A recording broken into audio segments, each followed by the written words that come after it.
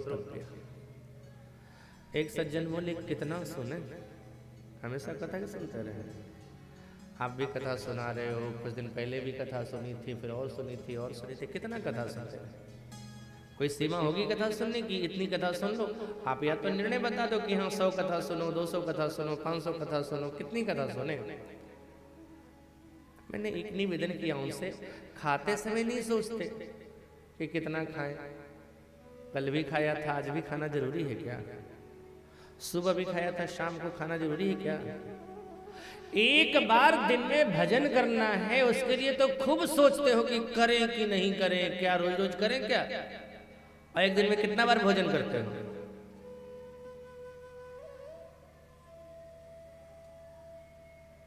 नहीं पूछना चाहिए किसी के भोजन के बारे में। एक संत कहते थे कि भोजन की संख्या, बोले 3 बार भोजन कि 4 बार? 3 बार भोजन, भजन 1 बार, लेकिन उसमें भी आते हैं झंझट हजार।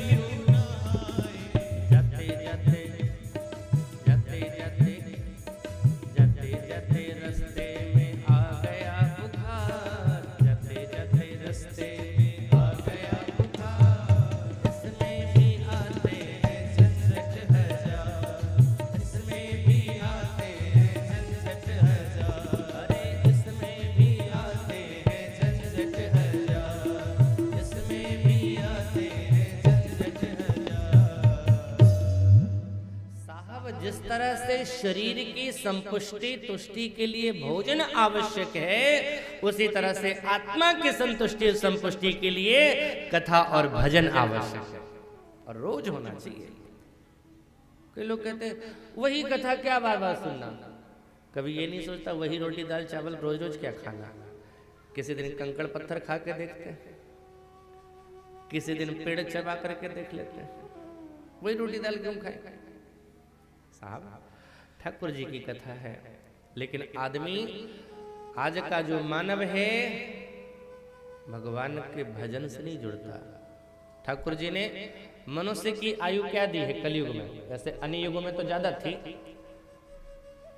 एक संत कहते हैं कि सतयुग में 1 लाख साल की उम्र थी महात्माओं के भाव। फिर त्रेता आया तो भगवान ने 1 0 हटा दिया, तो बच गया 10,000। आया द्वापर, भगवान ने 1 0 फिर से हटा दिया। द्वापर में आयु थी 1000 वर्ष की। अब कलयुग आया तो भगवान ने 1 0 और हटा दिया, तो 100 बच गया। और ऐसे रहेगा तो आने वाले दिन में कहीं भगवान ने 1 आध 0 और हटा दिया, तब क्या होगा? क्योंकि वैसे भी घटना शुरू हो गया। पहले 100 साल जीते थे, अब तो 80-70 में टैं बोल रहे हैं। इस 100 वर्ष की अवस्था को पाकर के क्या किया हमने? कल मैंने निवेदन किया था, शास्त्र ने क्या कहा? सवै पुंसाम परो धर्मो यतो भक्तिर अधोक्षजै। मनुष्य के जीवन का सबसे बड़ा कर्तव्य क्या है? ठीक है, खाओ पियो, घर का काम करो, समाज की सेवा करो, देश की सेवा करो, लेकिन मन को भगवान से जोड़ कर रखो। भजन करना चाहिए, लेकिन कितना समय भजन करते हो? गणना करो, आधी उम्र तो सो करके बिता दिया, आधी उम्र सो के बिता दिया, और किसी दिन अगर रात में कम सोए ना तो दिन में एडजस्ट करते हैं उसको, लेकिन सोने वाला समय कम नहीं होना चाहिए, उसको पूरा होना चाहिए। आधा समय सो करके सुबह जगे, भगवान की पूजा तो दूर रही, अपना घर की व्यवस्था में लगे रहे, देहार्चन खूब किया साहब, आधा घंटा जाकर के नहाए भी, देहार्चन खूब किया, देवार्चन को छोड़ करके बाकी सब कुछ किया। गए ऑफिस, निकले 9 बजे 9:30 बजे ही निकल गए, आए शाम को 4 बजे 5 बजे अपने घर में। कम से कम अब तो समय मिला है, 4-5 बजे जब घर आ गए हो तो कम से कम सो रहे हो 10 बजे, तो अब तो समय बचा है, इसमें भगवान का भजन कर लो। शाम को भजन करना चाहिए, सुबह शाम को भजन कर लो, पूरे परिवार के साथ बैठ करके कम से कम आधा घंटा 1 घंटा भगवान का कीर्तन कर लो। लेकिन उस बचे हुए समय में ही क्या करेंगे? घर के एक अच्छे से जगह पर एकदम बीचों बीच एक इतना बड़ा बक्सा लगा होता है। आप लोगों के लिए नहीं कह रहे हैं, और कोई महिला ऐसी होती है बिल्कुल किचन से ही दिखाई पड़े वो जगह, वो टीवी। उसके बाद जो साहब 6 बजे से सीरियल शुरू होता है, एक खत्म हुआ नहीं कि दूसरा शुरू, दूसरा नहीं। अच्छा, वो सीरियल में क्या होगा? सास बहू के झगड़ा, उसका चक्कर उसके साथ है तो उसका चक्कर, यही सब। अगर किसी दिन छूट गया ना तो फोन करके पूछते हैं, हाँ उसके साथ जो हो रहा था उसका क्या हुआ? इतना ध्यान कभी भगवान पर भी लगा करके देख लो, उससे क्या मिला? वो जो देखा वो दिमाग में जो घूम रहा था उससे क्या मिला? तो जो थोड़ा समय बचा हुआ था वो तो टीवी में गया, उसके बाद प्रमाद में फिर सोए। भगवत भजन के लिए तो समय निकाल ही नहीं पाते। भगवान ने 24 घंटा दिया एक दिन में, तुम्हें 24 घंटे मिले। अब कभी चिंतन करना गहराई से, इस 24 घंटे में तुमने भगवान के लिए कितना समय दिया है, कितना दिया। एक जगह मैंने यही बात कही ना, तो एक सज्जन बोले, महाराज, एक महिला ही बोली हो, बोले महाराज जी, हमने कहा ये सब भजन वजन कथा वथा सब बूढ़ा बूढ़ी का काम है, हम लोग हो जाएंगे ताता। आप लोग भी यही सोचते हो? नहीं, आप लोग नहीं सोचते। अगर आप लोग ऐसा सोचते तो इतनी संख्या में क्यों आते कथा में? अपना टीवी खोलते, देख लेते सीरियल। आपकी सोच अच्छी है, कथा में आए हो। लेकिन मैं एक बात का जवाब दो मुझे आप, क्या भगवान के चरणों में वो फूल चढ़ाते हो जो सूख गए हैं, बासी हो गए हैं, मुरझा गए? नहीं चढ़ाते ना। तो जब भगवान के चरणों में सूखा हुआ फूल नहीं चढ़ाते हो तो सूखी हुई जिंदगी क्यों चढ़ाना चाहते हो? जब ये जीवन किसी लायक नहीं बचा, कोई नहीं पूछ रहा था, भगवान का भजन कर लेते। ये तो वही वाली बात हुई, बोले जे पैसा कहीं नहीं चले दान पात्र में डाल दो, जो पैसा कहीं आरती में, बोले भगवान का तो चली जाएगा। जिसको कोई नहीं पूछ रहा बोले भगवान। साहब, ये जिंदगी तो जब खिली रहे, खुली रहे, सुगंध से रहे। प्रहलाद जी महाराज ने राक्षस के बालकों से क्या कहा? भगवत भजन करना चाहिए। कब से? बोले कौमारम आचरेत प्राप्तो धर्मान भागवतान्यः दुर्लभम मानुषम जन्मम तदप्यम ध्रुवमर्थदम। भगवान से जुड़ना चाहिए कुमार अवस्था में। कौमारम आचरेत प्राप्तो, कुमार अवस्था में ही भगवान से जुड़ जाता। भागवत धर्म का पालन कुमार अवस्था से करो, नहीं तो बुढ़ौती में बुढ़ापा में क्या होगा? अरे जवान रहोगे, शरीर में ताकत रहेगी, तीर्थ यात्रा कराओगे, केदारनाथ का दर्शन कराओगे। और जब यहाँ बुढ़ौती में शरीर से क्रियाकर्म ही नहीं होगा तो भगवान का दर्शन करने कोई तीर्थ यात्रा करोगे? कथा सुनने के लिए बैठोगे तो कान में सुनने की शक्ति नहीं, फिर कहोगे क्या कहे थे, नहीं सुनाई पड़ा था। अच्छा, मुंह से कहना चाहेंगे सीताराम सीताराम, मुंह में एक दांत नहीं तो सीताराम की जगह मुंह से निकलेगा सीताराम सीताराम। बुढ़ापे में भजन होगा। जब अपने शरीर का कर्म नहीं होगा, क्रिया कर्म नहीं होगा, तो भजन कैसे होगा साहब? सुभद्रा ने भगवान कृष्ण से बहुत सुंदर बात कही थी। जब यही पांडवों का परिवार भगवान कृष्ण से मांग रहा था, कुंती ने मांगा, द्रौपदी ने मांगा, उत्तरा ने मांगा, सुभद्रा से कहा गया तू भी मांग। कुंती को लगा कि भाई है इसका कृष्ण, साथ में पली बढ़ी है, हमारे अंदर तो भगवत भाव है इसके प्रति, लेकिन ये कहीं भाई समझ के कुछ और ना मांग ले।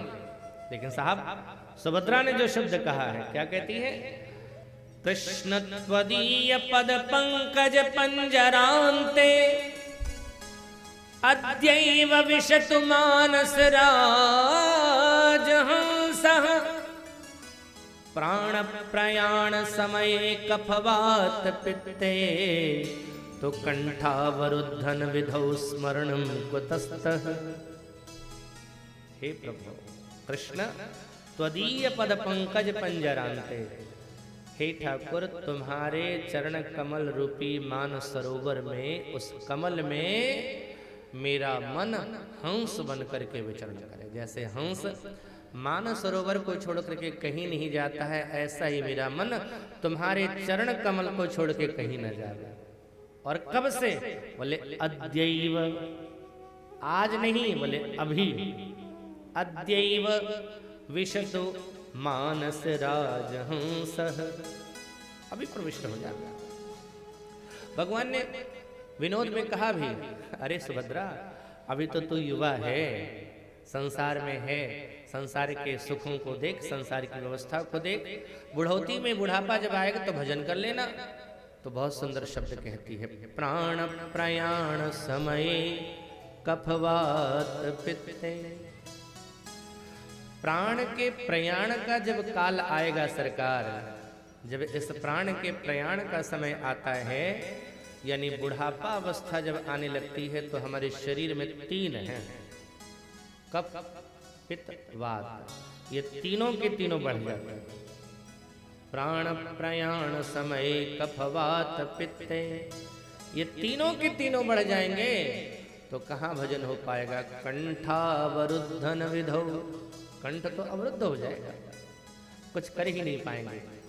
साहब जीवन भर हमने जो तपश्चर्या करी है, आराधना करी है, भक्ति करी है, वो किसके लिए?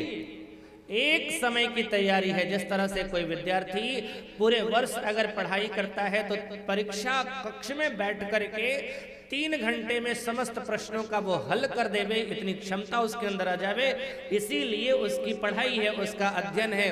ठीक इसी तरह से जब हम जिंदगी भर हमने जो तपस्या व्रत अनुष्ठान किया है, कब के लिए? जब शरीर से प्राण निकलने लगे, उस समय कोई और नहीं याद आवे, सिर्फ यही याद आवे, इनके अलावा और कोई नहीं याद आवे। उसकी तैयारी है, लेकिन याद आएंगे वो साहब, वो तभी याद आएंगे जब जीवन भर का अभ्यास रहेगा, अन्यथा वो बुरा मत मानना। आजकल जवान या बच्चों के अंदर उतनी ममत्व तो नहीं होगी जितना बूढ़ा बूढ़ी के अंदर है। हमारा बाद हमर बेटवा के का होते, ये ज्यादा चिंता है। अरे अपनी चिंता कर लेना तू, अपनी तो चिंता है नहीं। अब तेरे जाने का समय अच्छा एक बात बताओ, आप जब यहां से मान के चलो पटना से दिल्ली जब जाते हो ट्रेन से जब जा रहे हो तो ठीक है, यात्रा प्रारंभ हुई और यात्रा के क्रम में आपने जो सामान निकाले, बाहर सामान आपने किया, और सामान जब बाहर आपने किया है तो जब आपका स्टेशन आने वाला होता है, दिल्ली पहुंचने वाले होते हो, गाजियाबाद के आगे जब बढ़ते हो तो सामान निकालते हो या सामान बटोरते हो? क्या करते हो? सामान निकालते हो कि निकला हुआ सामान अंदर रखते हैं? यानी जब जीवन का अंतिम पड़ाव आने वाला है ना, तो ज्यादा मत फैलाओ, नहीं, बल्कि जो है उसको बटोरो। हमारा क्या है? हमारी जिंदगी जो है जीवन की एक यात्रा तो है। स्टेशन पर चले, ट्रेन में बैठे, सामने वाली सीट पर कोई ऐसा व्यक्ति मिल गया जिसको हम जानते पहचानते नहीं थे। ट्रेन चली, उसके साथ साथ हमारी बातें चली। उसका स्टेशन आया, कानपुर प्रयागराज उतर गया। थोड़ी देर हमने उससे बात करी थी तो स्टेशन तक, प्लेटफॉर्म तक जा करके टाटा बाय बाय भी करके आते हैं। फिर लौट करके जब अपनी सीट पर आते हैं तो देखते हैं अभी तक जो कोई और बैठा था उस सीट पर कोई और आ गया। अब उसके साथ यात्रा प्रारंभ होती है, लेकिन जब अपना स्टेशन आने वाला होता है तो सब सामान को बटोर करके उतर जाते हैं। ये ट्रेन की यात्रा है। बोले ये यात्रा तो सबको पता है, आपको कथा में कहने की क्या जरूरत है? साहब ये हमारी जीवन की यात्रा है।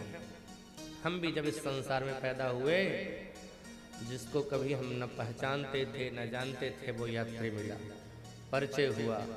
ये माता जी हैं, ये पिताजी हैं, ये भैया है, ये बहन है, ये दादी जी हैं, ये दादाजी हैं। यात्रा चली इनके साथ, चलती रही। दादाजी का स्टेशन आ गया। दादाजी हो गए बेटा। हमने स्मशान घाट तक जा करके, वही तो प्लेटफॉर्म है, स्मशान घाट तक जा करके टाटा बाय बाय किया, जला वला के आ गए। अब जब फिर आए हैं तो कुछ दिन के बाद देखते हैं कि अपने जीवन में एक नई यात्री फिर से आ गई। विवाह हो गया, पत्नी आ गई, पति आ गया, नई यात्री आई और इस यात्री के साथ अपनी यात्रा प्रारंभ हो गई है। लेकिन अपना स्टेशन आने वाला है, इसका भी ध्यान रखना। अपनी मौत आने वाली है, स्टेशन आने वाला है, और उसका लक्षण दिखना शुरू हो जाता है। कब? जब बाल सफेद होने लगे तो समझ जाना बस गाजियाबाद पहुंच गए हैं। लेकिन आदमी इसको देख करके इग्नोर करता, अच्छा अभी तो ट्रेन ठहरी है ना, चलेगी तब देखेंगे। तो सफेद बालों को काला बनाता है, इग्नोर करता है। फिर यात्रा आगे बढ़ी तो अगला स्टेशन आता है, यानी बता दिया गया, आंखों से कम दिखना शुरू हो गया, कानों से कम सुनाई पड़ना शुरू हो गया, स्वाभाविक रूप से, रोग से नहीं। समझ जाना, और स्टेशन आ गया पास में, इसको भी इग्नोर करते हो। तो अब आता है एक बिल्कुल अंतिम स्टेशन से पहले की स्टेशन आता है, जैसे वो शिवाजी ब्रिज, तिलक ब्रिज है ना, वहां पर पहुंच गए। यानी अगर शरीर पे झुर्रियां पड़ गई, इसको पकड़ो और ऐसे पकड़ के छोड़े और चिपकी रही है, तो समझ जाना बस अब आने वाला है। इसके बाद मत कुछ करो, एक भी सामान मत निकालना, किसी से भी कोई मोह ममत्व मत रखो। फिर तो बस तैयारी करो निकलने की इस संसार से। और जहां ममत्व रखोगे ना, तो फिर से आजकल आदमी क्या बोले, बुढ़ापा हो गया, अब तो भजन कर लो। बोले बस भजन ही करना है खाली, बस पोतवा ना हाई स्कूल और पास कर जाए बस, उसके बाद तो भजन ही करेगा। अच्छा हाई स्कूल पास कर गया, बोले अब तो भजन करो। बस महाराज भजन ही तो करना है, इतना हो गया है, बस ओकर बियाह हो जाए। शादी हो गई, अब तो भजन कर ले, चल भजन कर। बोले सब कुछ कर दिया है, शादी करा ही दिया है, तो जरी पोता के भी मुंह देख ले। पोता के मुंह देख, परपोता के मुंह देखे के चक्कर में सोचते सोचते बाबा जी पधार गए ऊपर। परपोते ने जन्म लिया और किसी ने कहा आहा हा, एक नाक तो बाबा जैसन है। बोले बाबा जैसन नहीं है, बाबा आ गया है, वो जैसन नहीं है। काहे माया में भुलाइल बड़ तोता हो, एक खोता छोड़ के जाए के पड़ी काहे। माया में भुलाइल बड़ तोता हो, खोता छोड़ के जाए के पड़ी। माया में भुलाइल बड़ तोता हो, खोता छोड़ के जाए के पड़ी काहे। माया में भुलाइल बड़ तोता हो, खोता छोड़ के जाए के पड़ी। निहवा स्वार्थ खातिर निमन बाउर होता हो, निहवा स्वार्थ खातिर निमन बाउर होता हो, खोता छोड़ के जाए के पड़ी काहे। माया में भुलाइल बड़ तोता हो, खोता छोड़ के जाए के पड़ी।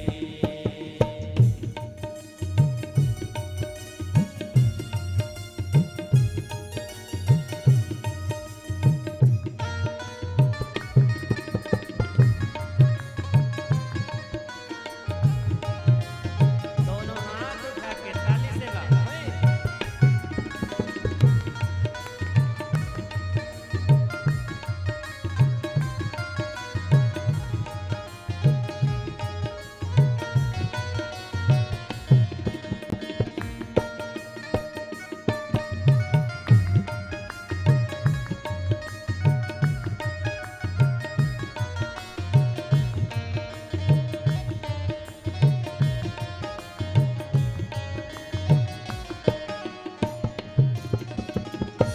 लाख करोड़ चाहे कितनो कमैब, लाख करोड़ चाहे कितनो कमैब, लाख करोड़ चाहे कितनो कमैब, लाख करोड़ चाहे कितनो कमैब।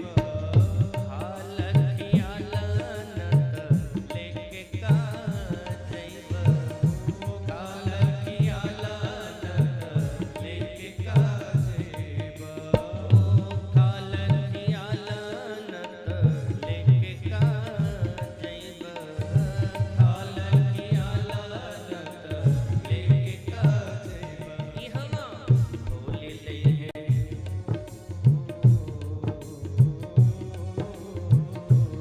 इहवा भोले ले हैं पहिरल लंगोटा हो, खोता छोड़ के जाए के पड़ी काहे। माया में भुलाइल बड़ तोता हो, खोता छोड़ के जाए के पड़ी। इहवा स्वार्थ खातिर निमन बाउर होता हो, इहवा स्वार्थ खातिर निमन बाउर होता हो, खोता छोड़ के जाए के पड़ी काहे।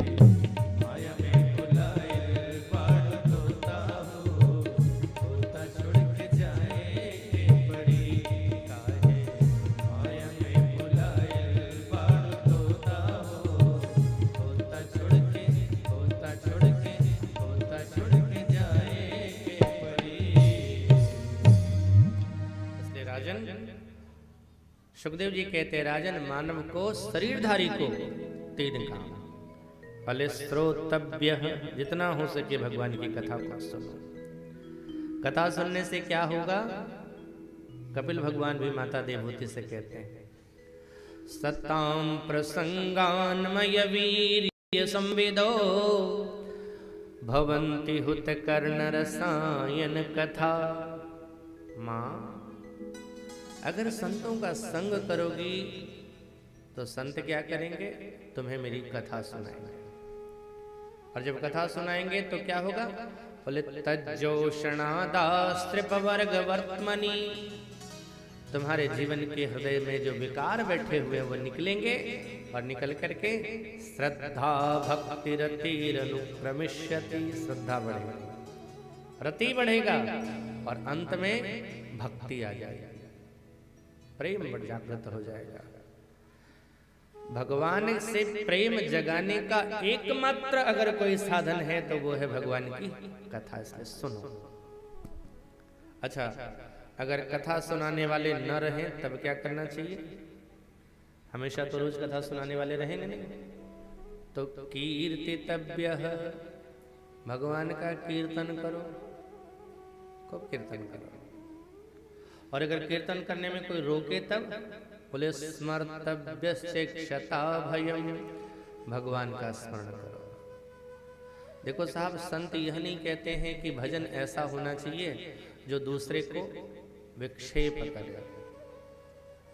आजकल लोग भजन भी भगवान का नाम भी करते हैं ना, तो दूसरे को विक्षेप डालने के लिए। भगवान श्री राम ने महात्मा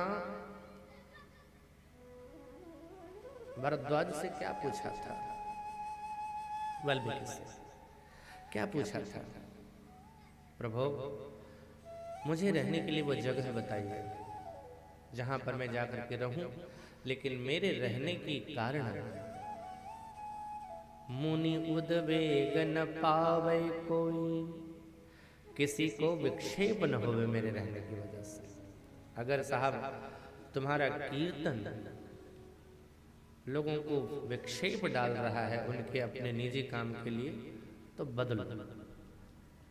अब तुम कीर्तन का बहाना लेकर के परिवार की व्यवस्था देखना भूल जाओ। पता है कि 7 बजे हमें बच्चों के लिए टिफिन बनाना है, व्यवस्था करनी है, पति ऑफिस जाएगा उसके लिए व्यवस्था करनी है, और 7 बजे बैठ करके भजन करना शुरू करें ना, पहले तो हम पूजा कर लेंगे उसके बाद होगा काम दूसरा। ये गलत है। परिवार अगर हमारी पूजा से दुखी हो रहा हो तो ये गलत है। उसके लिए क्या करना चाहिए? पूजा छोड़ना नहीं है, बस समय को बदलना है। वो जो 6 बजे तक सोते हो ना, घटाओ उसमें 4 बजे जगो, 5 बजे से लेकर के 6 बजे 6:30 बजे तक पूजा कर लो। लेकिन खुद जगोगे 6 बजे और 7 बजे से पूजा करने बैठो। इसलिए तीसरे शब्द को कहा स्मर्तव्य से क्षता भयम, स्मरण करो। चुपचाप भगवान का भजन करो अपने मन से। मरण को सुधारना है तो ज्यादा कुछ नहीं करना है, म के आगे आधा स जोड़ देना है। स्मरण करो भगवान का। जब तुमने भगवान का स्मरण करना शुरू कर दिया, अपने आप तुम्हारा मरण सुधर जाएगा।